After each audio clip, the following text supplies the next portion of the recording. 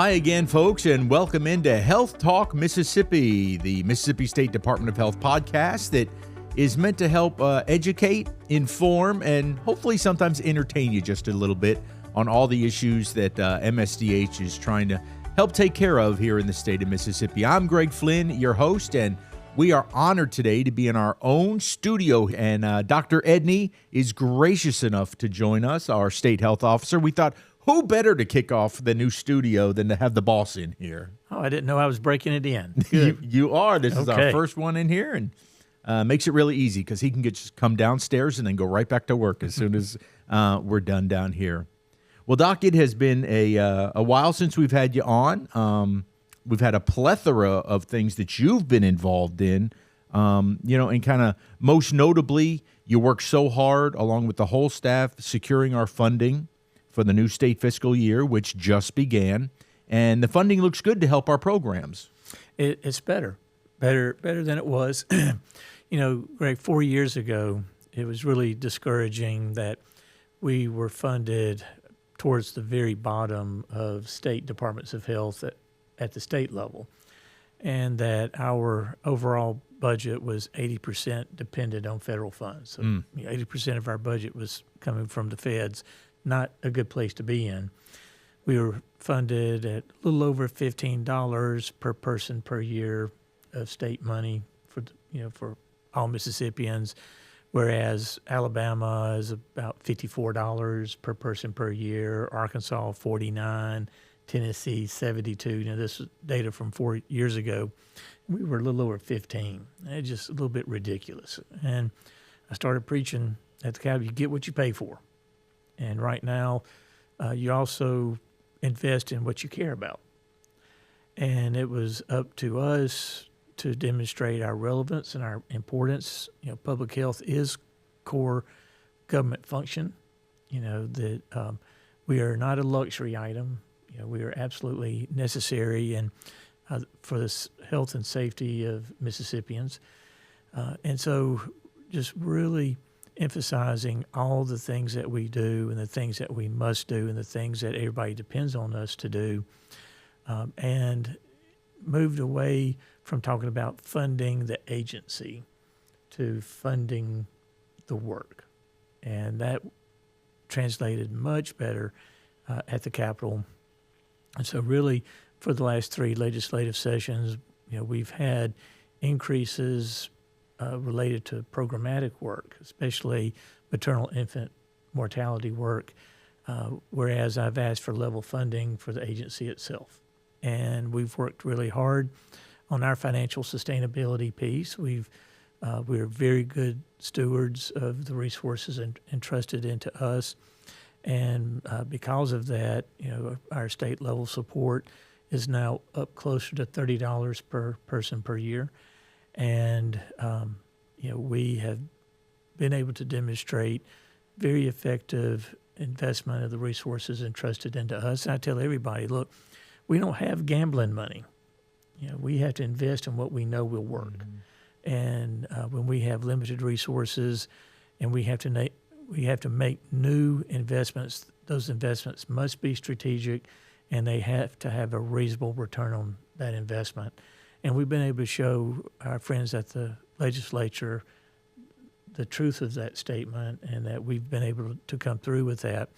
And so for this last legislative session was our 3rd session where we did not ask for any increase in agency operations. We're taking care of the increases that we need internally.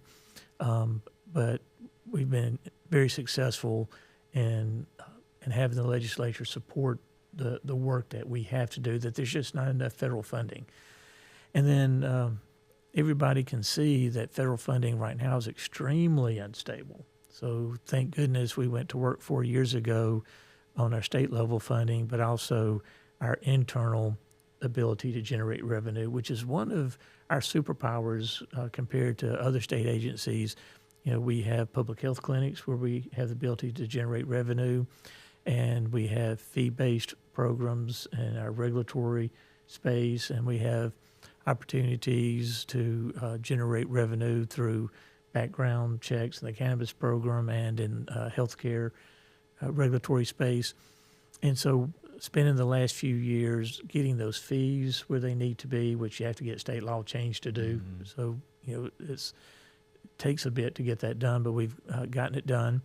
And then doing a better job controlling our overhead, generating revenue ourselves as appropriate, and then being able to offset previously spent state general funds with funds that we're generating so that we're able to take care of the agency's needs without drawing down more state tax dollars. And where we're using those state tax dollars is where it makes sense, where there's no federal funds for it, there's no fee source for it, and it has to be done. Like, we have infrastructure issues we have to take care of. Well, instead of having to get more state general funds to pay for that, we've been able to do it by offloading the general funds we're currently getting. By the other work that we're doing has been very effective. And, it's being well received at the Capitol. They see that when we ask for things, it's not because it's just a whim. It's we really need it. This is work we have to do. It's work Mississippians want and need us to do, and there are no other funds available to do it. So we need the state's help, and they've been very responsive.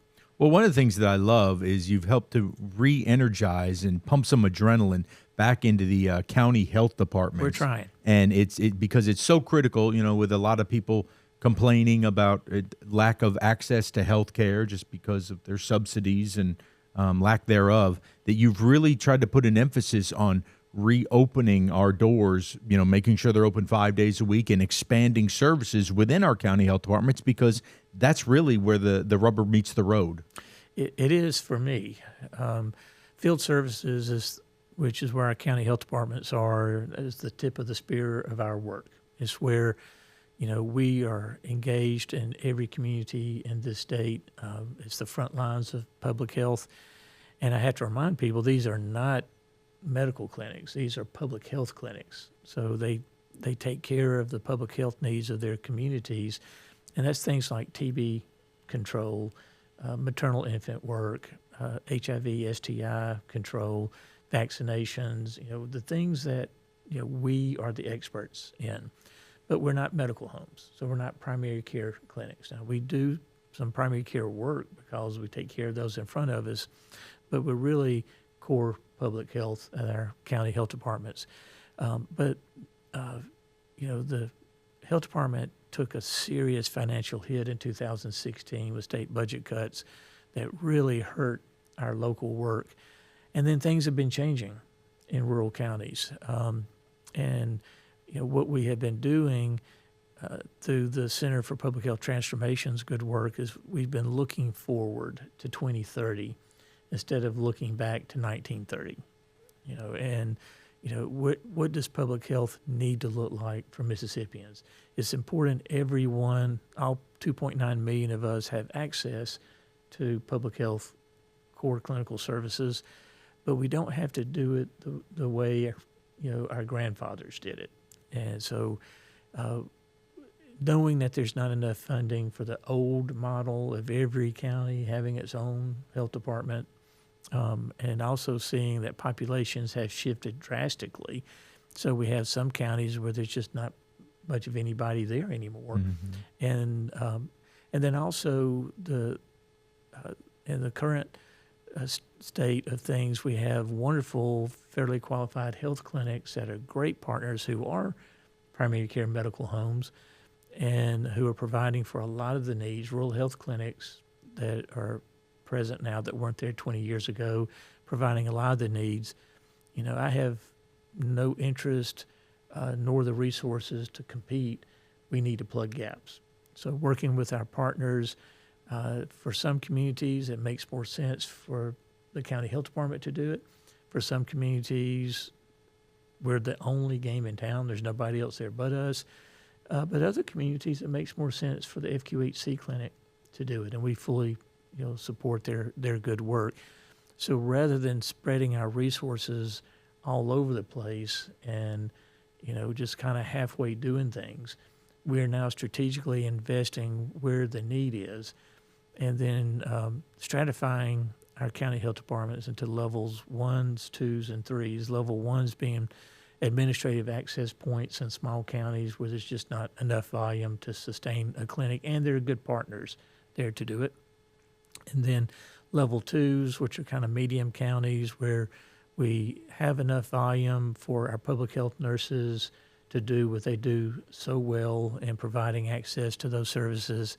And then level 3 clinics, which have a provider there every day. So that's either a nurse practitioner or a physician there every day seeing patients, and then providing connectivity to level 2 clinics through telehealth.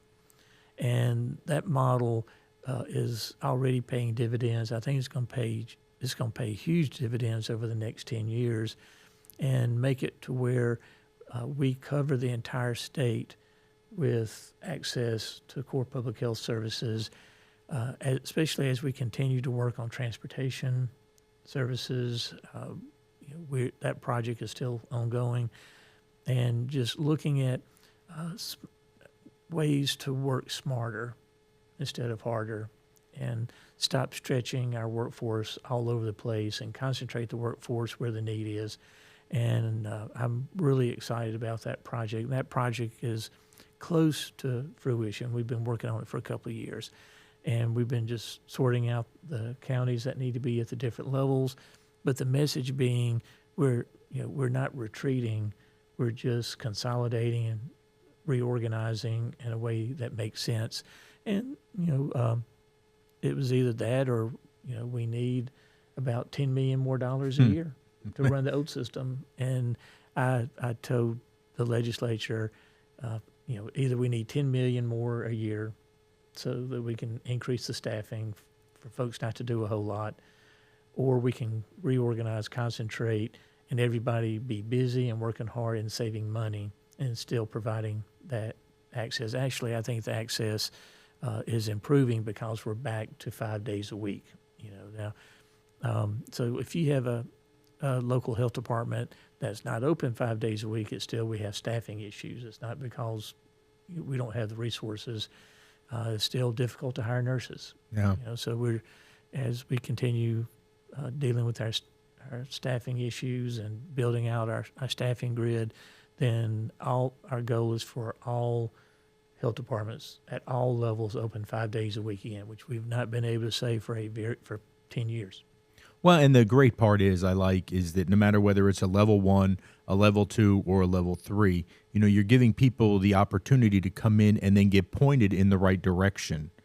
So it's like, okay, we can provide these services at a level 3, but even if you go to a level 1, they're going to point you where, you can get seen at a level 2 or a 3. And then even there, you're going to then, as you said, we don't want to be competition for people, that we're then going to point you in the direction to a medical home that would be more suited and more of a permanent location for you. So to me, it's just like taking away all the excuses that people have for not being, wanting to get healthy and have health care, because the opportunity is there for them. They just have to reach out and take it. Yeah, and that's what's important to me, is that we're working to maintain and grow access to care through all of our partners, through the State Department of Health, through the FQHC partners, through our rural health partners, and very importantly, through our private sector partners and the private clinics. That's the world that I grew up in. It's a very important world. And again, I have no interest to compete with my private sector partners. It's hard enough to be a provider in a very rural county. We don't want to take business away from them, but we also need to make sure that those who are struggling for access to care, especially the uninsured, are taken care of. And level 1 clinics are still able to do eligibility determination and enrollment, able to get people plugged in, and all the state programs, not just health department programs, but all the programs that they'll be eligible for. And as you said, get them pointed in the right direction and facilitate them accessing what they need. So it's important that even in those little counties that the lights are on 5 days a week and somebody's there to help those who are coming. Well, and one of the things that I applaud you for, because you are willing to tackle what is the proverbial elephant in the room that has plagued this state for decades and decades and decades, and that's obesity. Now, if you manage to get a handle on obesity and get that down, you are a shoo-in for the Nobel Peace Prize. I'll tell you that right now. I'll get a handle on it. There's a lot of fat to grab hold of in this state, and we're grabbing hold of it. You know, there's so many challenges going on, so many things keep getting put on our plate. You know, now we have Rural Health Transformation Grant that's being a lot of that's being assigned to us. Very important funding that's going out to rural healthcare providers. But my job is to keep our main thing the main thing. And at the Mississippi State Department of Health, the main thing right now, and it will be as long as I'm state health officer, is to reduce infant mortality and to improve maternal morbidity, which are tightly linked together, as you know. And that irrespective of what else is going on, I don't care if we have the exploding diarrhea problem. I don't care what the problem of the day is. We're always going to have problems of the day, but this is the problem of generations, and they will not fix themselves. So we have to be determinative about it. We have to focus on it, and we just have to get stubborn about it. And I'm proud to say our infant mortality rate went down this year. We don't have our final numbers, but the projections are definitely favorable. We'll have more coming out about that, but still not where we need to be or want to be. But infant mortality is the main thing. But the number one population health challenge for the state of Mississippi is obesity. And guess what? Obesity drives infant mortality. Obesity worsens maternal health. I mean, it was crazy to me. I didn't even realize until really listening to you and the research that everything kind of falls underneath that obesity umbrella, that there's so many other conditions that if we didn't have the obesity, we wouldn't have these other ones. All right. So what's the number one cause of death in our state? Heart disease. Heart disease. What's the big driver in Mississippi of heart disease? Obesity. Yeah. You know, we rank very poorly in diabetes. We rank very poorly in hypertension and stroke. Guess what aggravates all of those conditions? Obesity. Obesity. Yeah. And as you improve obesity, then your rates of diabetes will go down, rates of hypertension will go down. And as that happens, then the rates of heart disease will go down, the rates of stroke will go down, our life expectancy will go up, because all these things are integrated together, so you can't just attack them one at a time. But overarching all these problems is obesity. It's driving the bus. It's tightly linked to poverty, not only because we have plenty of affluent Mississippians who, are overweight, but the first thing your doctor is going to tell you if your blood sugar is going up, lose weight. Mm-hmm. Exercise, eat better, lose weight, and your blood sugar will come down, and it will. First thing we teach anybody who's developing hypertension, all right, you got to adjust your diet, you got to exercise more, you have to lose weight. Of course, stop smoking, stop abusing alcohol, all the other things. But, I mean, just over and over and over, the doctors of our state are having to educate our people of the problems of obesity. Now we're having to educate young women that obesity puts you at high risk for maternal death. And then, and we're doing a better job reducing maternal death, but the babies are still dying because half of them are neonates whose deaths are directly related to the poor health of the mama during her pregnancy. And 44% of our babies that are born preterm, low birth weight, mama was unhealthy weight. 44%. That's crazy. So I keep telling them, I was asked on an interview this morning, Dr. Edney, what keeps you up at night? The thing that really keeps me up at night is childhood obesity. I've talked to school health nurses yesterday in North Mississippi, and God love them, doing the Lord's work. Just they're unsung heroes in public health. I just pointed out to them that fourth grader who's obese, and I'm not talking about the chubby kid. Right. I'm talking about the obese child. Morbidly almost, yes. That child is laying down plaque in their heart right now. And if we wait till they're 45 to intervene, Too late. it's too late. So we have to intervene with the poor health outcomes of our children while they're in school, while they're listening to us and we're able to educate them. Well, and I know you've been working really hard to make inroads and the collaboration with the Department of Education to hopefully get into those schools. And you're doing a great job with that. MDE has been a great partner. In fact, the event I was at yesterday in New Albany was a joint event of Department of Education, their Office of School Health, and us. We have Office of School Health as well. Those two offices work really closely together.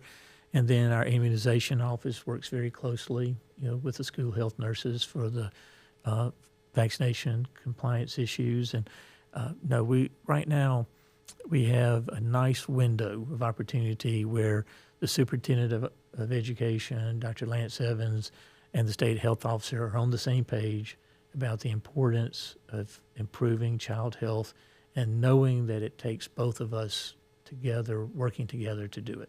And when you teach the kids, I mean, this is true in any campaign. I mean, one of the greatest things ever that got people to buckle their seatbelts was because we taught it in schools. It was taught to us in schools. And then the kids went home and drilled it into mom and dad. Hey, wear your seatbelt as soon as we get in the car. So I think, tell me if I'm wrong, but if you're educating the kids about healthy eating and what they're eating in the school cafeterias, that they're going to go home and tell mom and dad the same thing and grandma. Absolutely.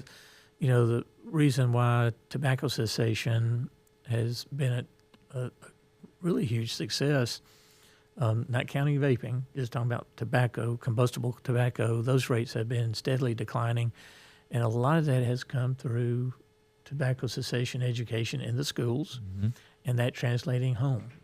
And I was one of those dads whose child came home from school and said, "Daddy, put your seatbelt on." Because I sure didn't grow up wearing a seatbelt. That's right. At my age. But I immediately put it on and never thought about not putting it on after that. But it wasn't me who taught my child. My child learned from the school nurses.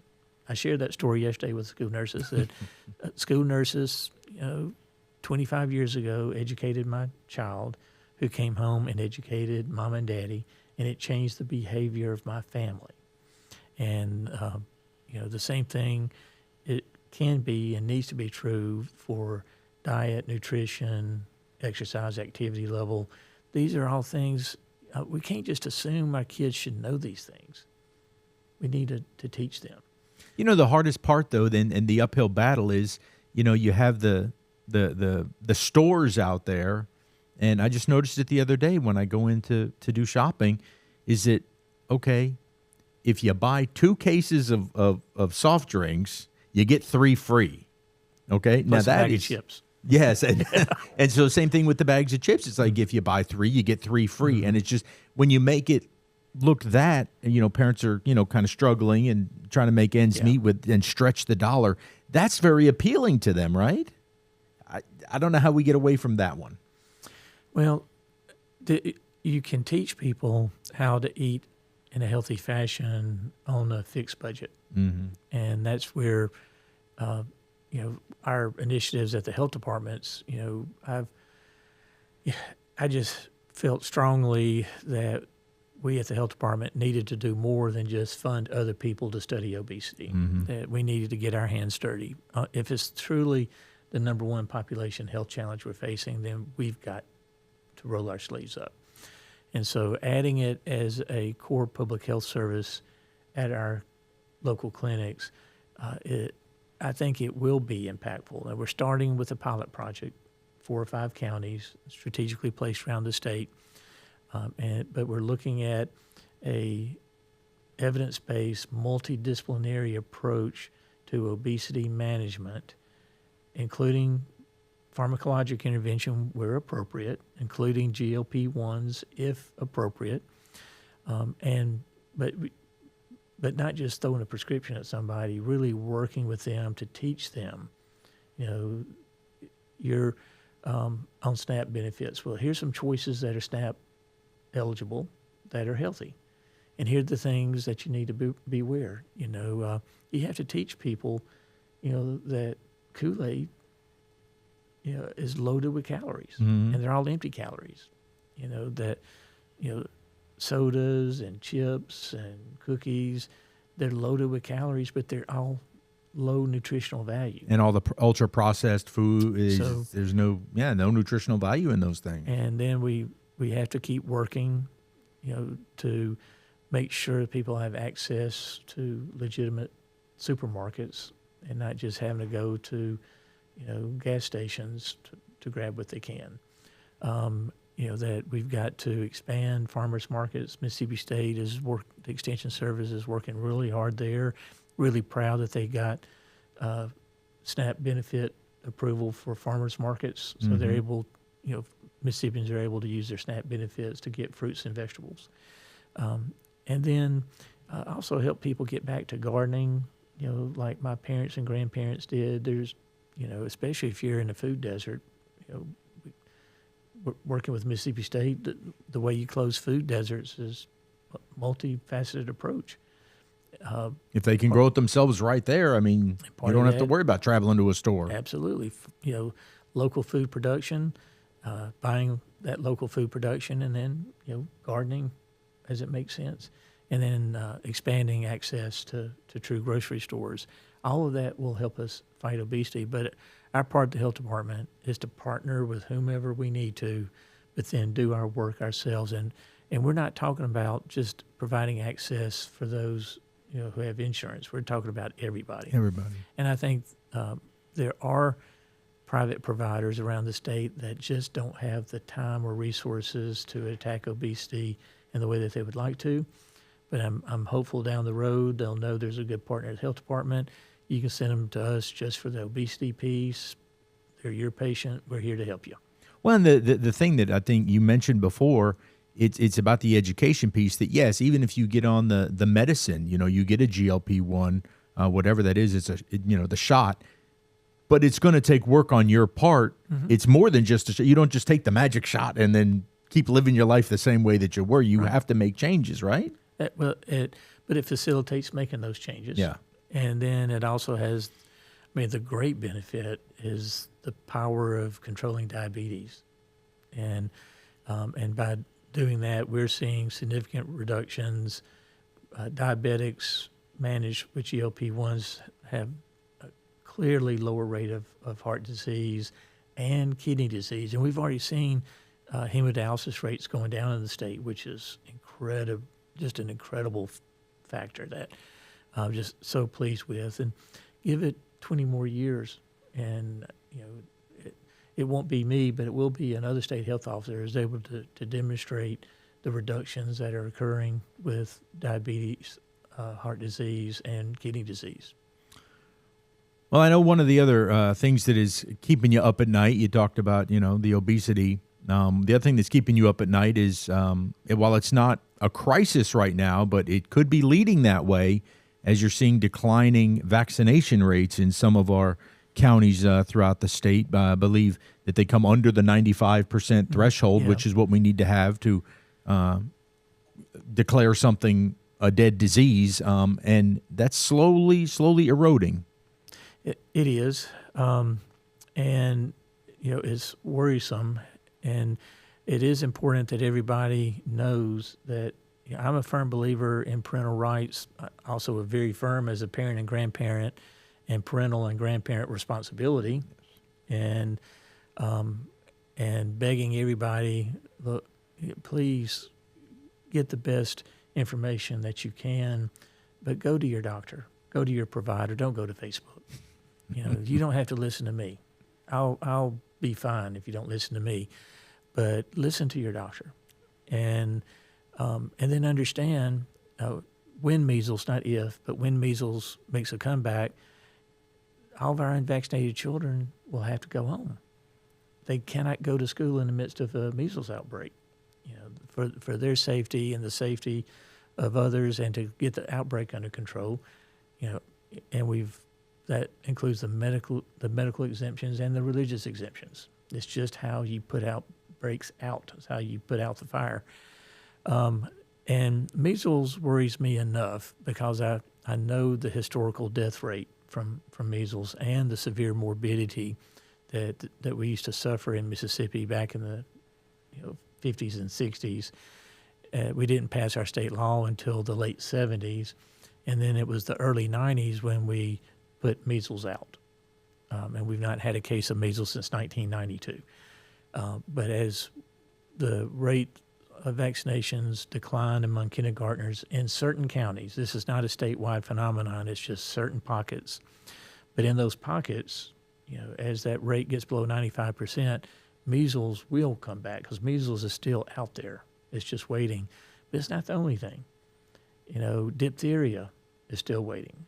And nobody even knows what diphtheria is. Because it was gone. Because it's that fire got put out. But I have an uncle who, it was my mother's little brother who died.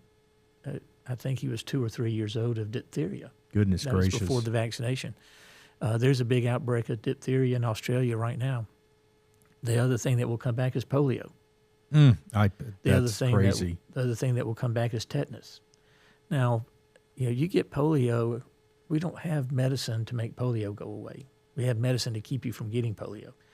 Once you get polio, then all you have to do, go look at a documentary on FDR, President Roosevelt, and look at what his life, how it was transformed with polio, and then look at what it was like back in the 30s and 40s before the vaccine, with all the great work he did with polio survivors. But it was horrible disability. And our parents used to fear polio outbreaks every summer. And now nobody worries about polio outbreaks. But polio can and will come back if the vaccination rates keep dropping. And Greg, the other thing that really makes no sense to me, Mississippi has had the highest, number one, rate of childhood vaccines for decades. We've lost that. We're number 3 and probably will fall down some more. But our rates of autism are pretty low and haven't been climbing. And you would think the state with the highest vaccination rate? Well, if the conspiracy theorists are all right out there, then we should be off the charts with autism. Then you look at the declining vaccination rates nationally since 2007. So this is not a new phenomenon. 2007, they've been declining, steadily declining. What have autism rates done nationally? Steadily climbing nationally. So that just, that causation is not there. And we've proven that through the study of millions of children. That causation is not there. Vaccine injury is a rare phenomenon. It's not zero, but it's very, very rare. It is much lower than the mortality rate of measles. But that's the thing, as you talk to people, is that the risk outweigh the benefits in their mind that it should, by educating them, because the risk of getting this it far outweighs the risk of you getting whatever the alteration of getting a vaccine that you're worried about getting something else. It just should be common sense. But we have to educate them. We do. And all the confusion with the pandemic has really driven this. I am very clear with my disapproval of many things during the pandemic at the federal level. I think there was a lack of transparency. I think there was a lack of humility from CDC leadership and especially NIH leadership. But that, and that generated a lot of confusion among people who've never been vaccine hesitant, who now are. And so, my message today is that you know your child better than anybody. And I do believe in parental rights, but part of your responsibility as a parent is to seek the best information so you make the right decisions for your child. but go to the right sources. And the best source, the most trusted source, is not Facebook. It's your doctor, your healthcare provider, and talk to him or her. There are options about, we can select certain vaccines. You don't have to take them all at one time. Your pediatrician is going to recommend it because it's the quickest way to get it done, and it is safe. But I'm totally fine parents wanting to spread them out. I have no heartburn. I have a 6-week-old granddaughter. I have no heartburn when she gets her shots. I'm grateful when she gets her shots. I don't want her dying of whooping cough at 2 months of age. And whooping cough is all over the place in Alabama and Mississippi. So, you know your child best. And asking questions are what good parents do, but just ask the right questions of the right people and make sure you're getting the right sources. And then you make your decisions. But understand, if you're opting out of vaccinating your children, there is risk there. The risk is going to grow over the next 10 years. And then you just have to be prepared for, the what if your child gets measles. We don't have children starting at the Mississippi School for the Deaf anymore because mama had measles in pregnancy. We just don't. We don't have children getting measles, much less dying of measles. And we, as I said, 300 to 400 a year. I can't even imagine. Child deaths related to measles. And we've, for now, eradicated that. I remember getting the mumps when I was 13.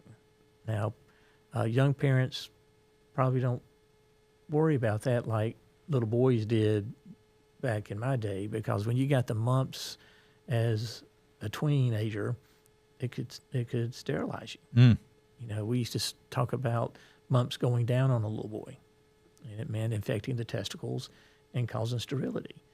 We don't worry about that anymore because our little boys don't get mumps anymore. I think it's important what you had talked about with the exemptions, that even though you've sought an exemption, let's say you have an exemption, that does not preclude you from going back and getting your child immunized against certain things. That's As you said, the schedule doesn't all have to be at one. You don't have to follow the recommended schedule. But so I think it's important to pass along for people that are listening that have family and friends that may have gotten an exemption. That doesn't stop you from going back and getting that measles vaccine. Yeah, it doesn't, and it's just that it gives you the opportunity to opt out, but it doesn't force you to opt out. And we're seeing about a third of those who are getting religious exemptions changing their minds and then becoming vaccinated, which is why we don't need to be judgmental about this. We do need to be transparent, open, and honest about the risk and the benefits. But it's not a one-way street, and, the thing I would beg everybody is please, please, please vaccinate your children against whooping cough and diphtheria, tetanus, and polio.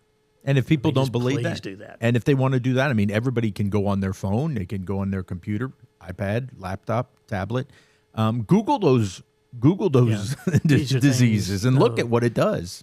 Everybody downplays measles as not being a big thing. It's because they weren't alive when measles was a big thing. It's a big thing to me because I know what measles can do to a child, and including causing the death, just like it did in Texas of those two little ones. But diphtheria, tetanus, polio, these are things that are really difficult to come back from. If you get polio, the odds are against your child having a full recovery, that they're very likely going to have a neurologic deficit. They could be fully paralyzed. And have to be kept alive on the ventilator. So tetanus, we have no treatment. We just have to keep, we give immunoglobulin and try to keep you alive. And tetanus, I've seen these diseases in the developing world as I've done short-term medical missions. I've seen cases of tetanus. I don't want to see those here. I've seen enough over there. I don't want to see diphtheria make a comeback. And then you say chicken pox isn't a big deal. Well, it's a big deal for adults. It causes varicella pneumonia. But when your child is vaccinated from chicken pox, not only do they not get chicken pox, but guess what else they'll never get? Shingles. Shingles. And anybody who's had shingles, wishes they had never had chicken pox. So and when you vaccinate your child for hepatitis, not only do they not develop chronic active hepatitis, there's something else they'll never get. And that's what my brother died of, and that's liver cancer. My brother had undiagnosed chronic active hepatitis B. He never knew it. It was asymptomatic until it caused his liver cancer, which caused his death.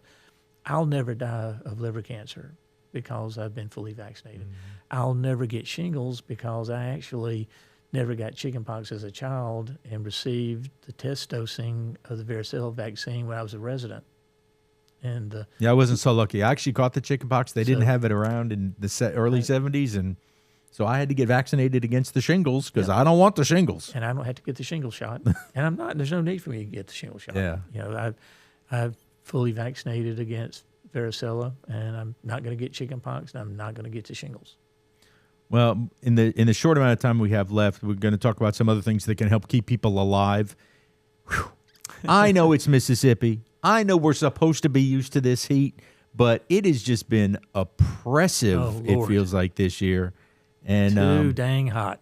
We just put something out about heat-related illnesses, really watching out for it now as kids get back to school and all the athletic teams start practicing again. And, you got to take those precautions now because we do lose young people every single year, unfortunately, on athletic fields, in practice or even in games because the proper precautions weren't taken. No, absolutely. I believe we've gotten the message through, do not use salt tablets. There is no role in using salt tablets. Salt tablets will dehydrate you more. It will make heat-related illness worse. And, those of us who've lived in Mississippi our whole lives, we know that the end of June through the end of August, the dog days of summer, we just have to behave differently. And that means you don't need to be cutting the grass in the middle of the day. No. And it also means that we don't need to have football practice in the middle of the day. If we're going to do two-a-days, they need to be early and late. But, Lord, last night, 8 o'clock, it was still 90 degrees. Yes, it was awful. I looked at the thermometer gauge, and I was just like, it is 9:30 at night. It is not supposed to be 90, feels like temp of 92 outside. And you do have to condition the athletes, to be able to play in heat, but you can do it safely. And irrespective of what you're doing, if you pay attention to the construction workers with MDOT on the highway, they're wearing the right type clothes, and you see big fans that are fairly close. Lots of water breaks. They have shade tents, and they have plenty of water, and they make them drink water. Working on farms, you knew long sleeve shirts, long sleeve pants, broad rim hat.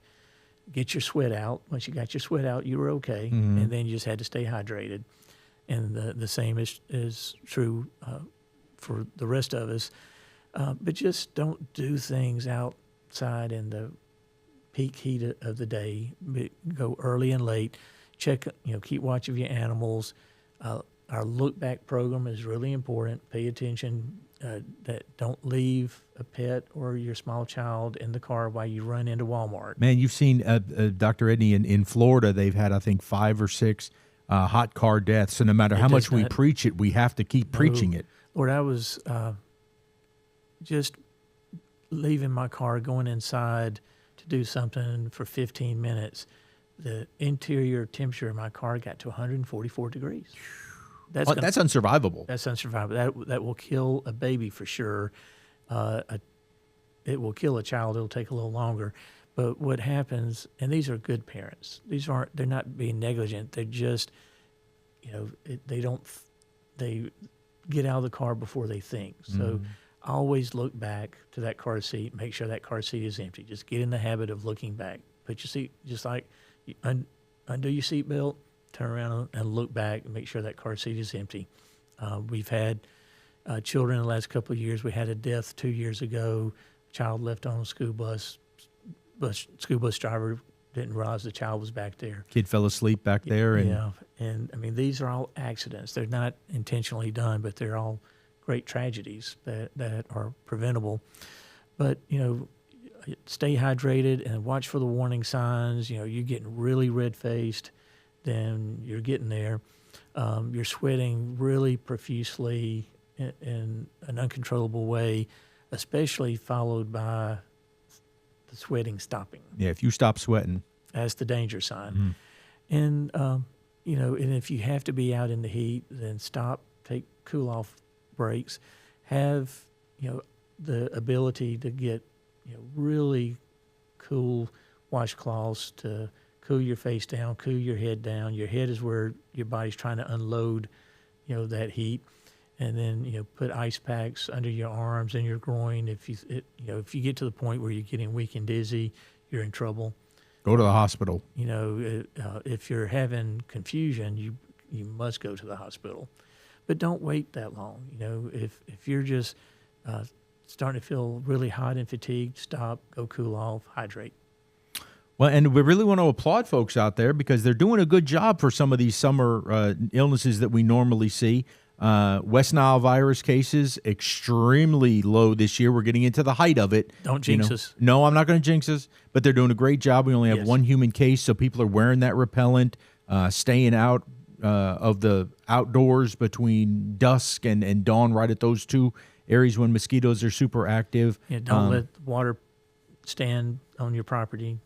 Well, it helps that it hasn't rained in a month. So, I mean, just to get rid of any standing water. Yeah. But something people don't know about the health department that we do. We're monitoring the mosquito population. Yeah. There are bad bugs that we have to watch out for. Malaria is trying to make a comeback in Florida. Dengue fever is becoming endemic in Texas, and we all have the same type mosquitoes. So we all watch, especially in the Gulf states.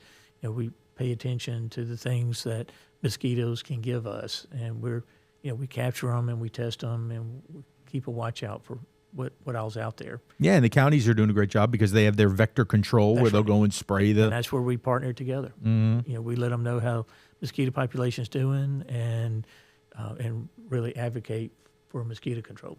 Vibrio, it's still out there. It's where you may have an open cut and you get into brackish water. And if that gets inside, it can get in your bloodstream, and people have died and had severe illnesses from it. Right now, we've only had one case, I believe, so far this season of Vibrio. Amputation, though.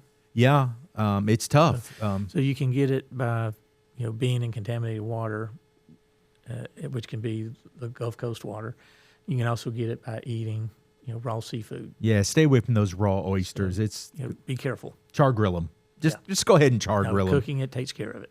I know cyclospora has really gripped the upper Midwest, Dr. Edney. It has. Luckily, it's been just a few sporadic cases down here in the South. I think what we're seeing, we're running around 9 cases reported right now. Lots more than that out there, but only 9 that were sick enough to test. And so it's really, I think we're just seeing our background cases and nothing of concern, but we're watching it. Thankfully, there's been over 4,000 cases nationwide that have been identified, a lot more than that were not identified, but no deaths.